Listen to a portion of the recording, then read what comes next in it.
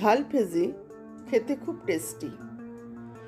এটি পরাঠা, নান অথবা যে কোনো রাইসের সাথেও খুব ভালো যায়। কিভাবে ঝালফ্রেজি রান্না করা হয় আমি আমার রেসিপিতে সম্পূর্ণভাবে দেখিয়েছি, তাই আপনারা ভিডিওটা সম্পূর্ণ দেখুন। এর জন্য কড়াইতে 1 চামচ বাটার দিয়ে এর মধ্যে দিয়ে দিতে হবে একটা পেঁয়াজ বড় করে কেটে, যেমন পেঁয়াজ চিলি চিকেনে কেটে দেওয়া হয়। এর মধ্যেই দিয়ে দেওয়া হবে গাজরও লম্বা করে বড় করে কেটে, আর দিয়ে দিতে হবে বিনস। এই ভেজিটেবলগুলো খুব ভাজা হবে না, কিছুটা সতে করে নিতে হবে। এবার দিয়ে দেওয়া হলো লম্বা করে কেটে রাখা ক্যাপসিকাম।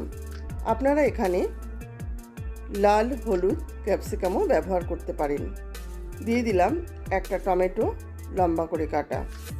সমস্ত ভেজিটেবলগুলো জাস্ট একটু নাড়াচাড়া করে আমি গ্যাসটা অফ করে দেব, বেশি ভাজবো না। এবারে আমি অন্য একটা কড়াইতে আবার বাটার দিয়েছি 1/2 চামচ, দিয়ে দিলাম তেল 1 চামচ। এবার বাটার আর তেলটা মেল্ট হওয়ার পরে দিয়ে দিলাম সাজিরে 1/4 চামচ, রসুন কুচি 1 চামচ, আদা কুচি 1/2 চামচ, একটা মাঝারি সাইজের পেঁয়াজকে কুচিয়ে নেওয়া হয়েছে সেটাও দিয়ে দেওয়া হলো। আমি এগুলোকে একসাথে ভালো করে ভেজে নিচ্ছি। এর মধ্যে দিয়ে দিলাম 3-4টে লঙ্কা লম্বা করে কেটে।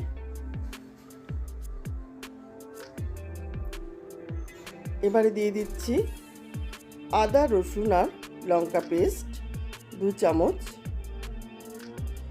ভালো করে মশলাগুলোকে মিশিয়ে নিতে হবে।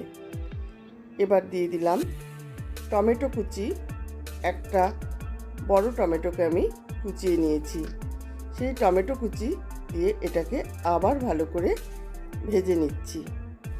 এবার দিয়ে দিচ্ছি ঝালফ্রেজি মশলা, দিয়ে দিচ্ছি নুন স্বাদ মতো, চিনি 1 চামচ। ঝালফ্রেজি মশলাটা আমি কীভাবে বানিয়েছি আমি ডেসক্রিপশান বক্সে আমি দিয়ে দেব, আপনারা দেখে নিতে পারেন। ভালো করে মশলাগুলো আমি ভেজে নিচ্ছি। এবারে দিয়ে দিচ্ছি 2 চামচ টমেটো কেচাপ, দিয়ে দিচ্ছি 1 চামচ সয়া সস। সমস্ত উপকরণগুলো দিয়ে আমি ভালো করে মিশিয়ে নিচ্ছি। দিয়ে দিচ্ছি কাশ্মীরি রেড চিলি পাউডার 2 চামচ। কাশ্মীরি রেড চিলি পাউডারটা এটা দেখতে ভালো লাগবে, রঙটা সুন্দর হবে বলেই দেওয়া হয়েছে। এবারে আমি আমার সতে করে রাখা ভেজিটেবলগুলো এর মধ্যে দিয়ে এটা ভালো করে মিশিয়ে নেব।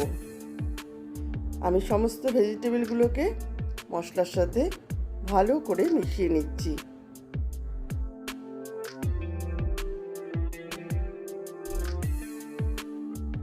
আবার একটা কড়াই বসিয়ে আমি দিয়ে দিলাম আবার 1 চামচ বাটার। এর মধ্যে আমি লম্বা করে পনির কেটে রেখেছি। এই পনিরটা এই বাটারের মধ্যে দিয়ে আমি ভেজে নেব। পনিরটা বাটারের মধ্যে আমি ভেজে নিচ্ছি। এখানে একসাথে অনেকগুলো পনির দিলে পনিরগুলো ভেঙে যেতে পারে। আমি সমস্ত ভেজিটেবলগুলো যেহেতু লম্বা দিয়েছি, পনিরগুলোকেও আমি লম্বা করে কেটে নিলাম। অল্প ভাজা হলে আমি তুলে নিচ্ছি। পনিরগুলোকে এরকমভাবে ভেজে ভেজে তুলে নিতে হবে।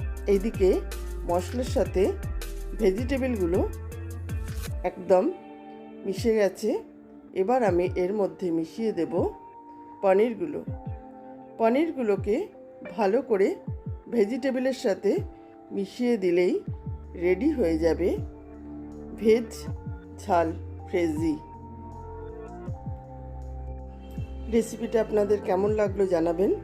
যদি ভালো লাগে একটা লাইক দিয়ে দেবেন। ধন্যবাদ।